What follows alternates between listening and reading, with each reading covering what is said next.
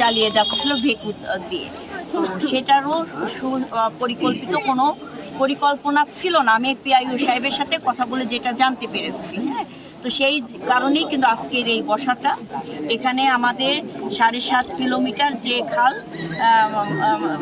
জায়গা নির্ধারণ করা হয়েছে সেটুকুই এখন খাল খনন হবে এবং অর্ধেক যন্ত্র কি বলে আপনার ম্যানুয়াল, এটা আর অর্ধেকটা হচ্ছে আপনার ভেকু কিংবা লেবার ফাংশন দিয়ে করা হবে, ভেকু লেবার মানে যান্ত্রিকভাবে করা হবে। তো সেই জায়গায় এখন আমরা একটা হিসাবের মধ্য দিয়ে আমরা এখানে যাব। এইখানে যে কমিটি গঠন করে দেওয়া হয়েছে, সবচেয়ে কম খরচে যারা ভেকু ভাড়া দিতে পারবে তাদের কাছ থেকে আমরা ভেকুটা ভাড়া নেবেন ওরা, হ্যাঁ। এবং একইভাবে সবচেয়ে কম খরচে যেখান থেকে আপনার কোদাল কিংবা অন্যান্য লেবার ফাংশনের যে কাজগুলো হয়, ওই যে কি বলে যে আচারি না কি জানি বলে এগুলো, হ্যাঁ, বাইন্ডিং করার জন্য যে গজারি কাজ এগুলো এগুলো সব যত কম খরচে হয় ওনাদের পক্ষ থেকে সেই ব্যবস্থা গ্রহণ করবে। এবং আমি তো আপনাদেরকে বলেছি যে সরকার কিন্তু এখানে প্রশাসক এবং স্থানীয় এমপি মহোদয়ের আপনার প্রতিনিধিও রেখেছেন। তার সাথে আমরা সম্পৃক্ত এই এলাকার যারা গণ্যমান্য মানে আপনার ব্যক্তিরা আছেন, যারা সচেতন ব্যক্তি আছেন, গণ্যমান্য কি সচেতন ব্যক্তি যারা সার্বক্ষণিক এটা দেখভাল করতে পারবেন এবং ত্রুটি বিচ্যুতি ধরতে পারবেন, সেই ব্যাপারেও কিন্তু উপজেলা প্রশাসক খুব সুন্দরভাবে বলেছেন যে আপনারা যে কোনো অনিয়ম কিংবা ত্রুটি বিচ্যুতির ব্যাপারে কিংবা যারা যদি কেউ বাধা তৈরি করে সেই ব্যাপারে আপনারা আমাদের তথ্য দেবেন, আমরা তাৎক্ষণিকভাবে ব্যবস্থা গ্রহণ করব।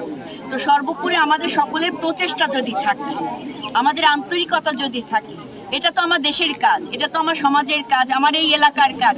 এই সাধারণ জনগণের আন্তরিকতাটা আমাদের তৈরি করতে হবে এবং তাদেরকে ওই দায়িত্ববোধের জায়গায় আনতে হবে যে এটা তোমার বাড়ির পাশের খাল, এই খাল যদি নিরাপদ হয়, এই খাল যদি দূষণমুক্ত হয়, এখানে যদি স্বচ্ছ পানি প্রবাহ হয়, তাহলে তুমি এবং তোমার পরিবারের সবাই একটা স্বাস্থ্যকর পরিবেশে মানে বসবাস করতে পারবে এবং জীবন বেড়ে উঠবে।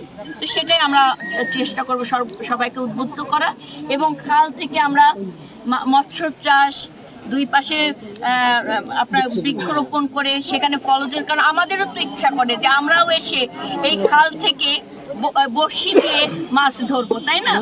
আমরাও তো চাই কালো পানি সরে যাক, স্বচ্ছ পানিতে আমাদের ছোট ছোট সোনামণিরা এখানে সাঁতার কাটবে, এখানে খেলাধুলা করবে, এখানে এসে গোসল করবে। তো আমরা তো চাই সেই গ্রাম মানে সুন্দর পরিবেশ ফিরে আসুক। ঠিক, ধন্যবাদ দিদি। এটা কি আনুষ্ঠানিকতা নাকি আদৌ বাস্তবায়ন হবে? না না, বাস্তবায়নের পথে। আপনি কি বলছেন? আপনি অলরেডি বিগত দিনগুলোতে এরকম হয়েছে এই বিষয়টা। না না না, এই বাংলাদেশে এখন কোনো অনিয়ম হবে না। এই বাংলাদেশে তারেক রহমান যেখানে প্রধানমন্ত্রীর দায়িত্ব গ্রহণ করেছেন, তিনি গতকালকে একটা সুন্দর বক্তব্য বলেছেন। তিনি বলেছেন শহীদ প্রেসিডেন্ট জিয়াউর রহমানের জানাজাতে যে সংখ্যক মানুষ অংশগ্রহণ করেছেন, সর্বশেষ দেশনেত্রী বেগম খালেদা জিয়া জানাজাতে যে পরিমাণের মানুষ অংশগ্রহণ করেছে, সেই জায়গায় দাঁড়িয়ে, সেই দৃশ্যের পটে দাঁড়িয়ে তারেক রহমান বলেছে, আমি কোনো অন্যায়কে প্রশ্রয় দিতে চাই না, আমি কোনো স্বজনপ্রীতি করতে চাই না, আমি বাংলাদেশের সকলের প্রধানমন্ত্রী দায়িত্ব গ্রহণ করেছি, এদেশের সকল জনগণ আমার। তো আমি কোনো প্রতিহিংসার রাজনীতি চাই না, আমি সবাইকে নিয়ে সুন্দর একটা দেশ গড়তে চাই যেখানে সবার জবাবদিহিতার জায়গায় আমার দলকে আপনারা কেউ বিব্রত করবেন না, আমার সরকারকে বিব্রত করবেন। আপনারা সেইভাবেই করে অপরাধের বিরুদ্ধে দাঁড়াবে, অন্যায়ের বিরুদ্ধে দাঁড়াবে এবং ন্যায়ের পক্ষে থেকে ঠায়ের মতো দাঁড়িয়ে থাকবেন। রাষ্ট্র আপনাকে সহযোগিতা করবে। আর কি লাগে আপনার?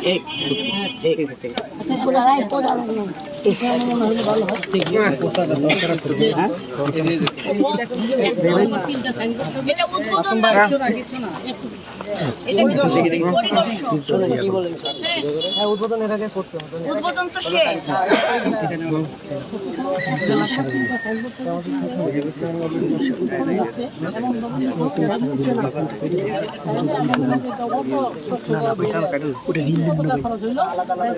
থাকবে না, জনসাধারণ দেখতে পারবে না।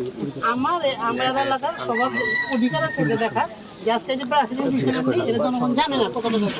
আপনি এই জায়গাতে কত টাকা প্রাচীন গুলো কোথায় গেল কি হলো এটা মনে হয় যে হইতে পারে এই জায়গার মধ্যে 500-600 সাইনবোর্ড যদি এই সাইনবোর্ড আপনার বাজেট না থেকে থাকে সাইনবোর্ড তো তখন বাজেট নেই এই সাইনবোর্ডটা আমি না না উনি ওনার সাইন করেই আসছে উনি পারবেন খালে কোথায় কি সাইনবোর্ড এই যে এগিয়ে আসছেন, আমি তো এটাই চাই। আমি এটা দিয়ে কাম করবো আর বাজেট না থাকে আপনাদের সাইনবোর্ড তুই উপরে যাই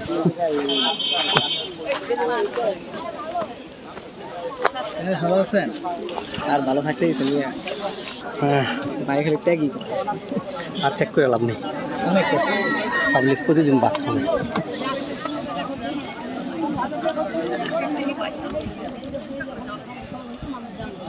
ওনার নামটা লেখেন আব্দুল মান্নান রতন। উনি হচ্ছে সিনিয়র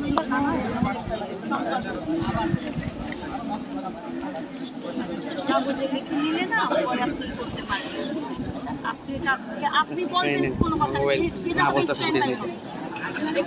এখানে নেটওয়ার্ক কাজ করে না নেটওয়ার্ক না, ওই যে মোবাইল কেটেছে আমার পানির চুবাও। হ্যাঁ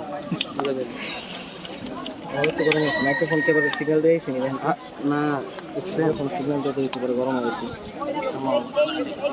আমার টেম্পার হাই দেয় দুবার করে কেটে গেছে আরে হ্যাঁ না, এটা হয়েছে তো ভাই, কারণ একটা দিবে আমার তো চলবে আর 5 মিনিট হতে চলবে গরমে।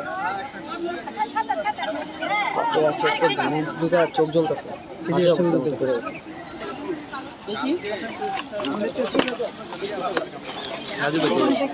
রাজু ভাই এখান থেকে বেরিয়ে যাবেন প্রিয় সাহেব, আমার যে 1 কিলোমিটার হলো ওই 1 কিলোমিটার একদম ক্লিয়ার হয়ে যায়। এবং সেখানে আপনারা সাইনবোর্ডে যেটা বলে আপনি আবার ওই সাইনবোর্ডে এটাও লেখা থাকবে যে অস্ত্রশস্ত্র ময়লা ফেলে এই যে দুইটা মোবাইল এই মোবাইল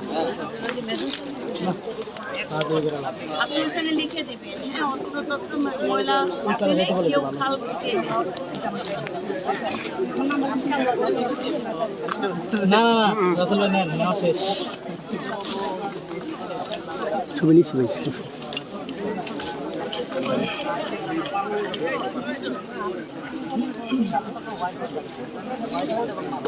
হোয়াইট বোর্ড এই হোয়াইট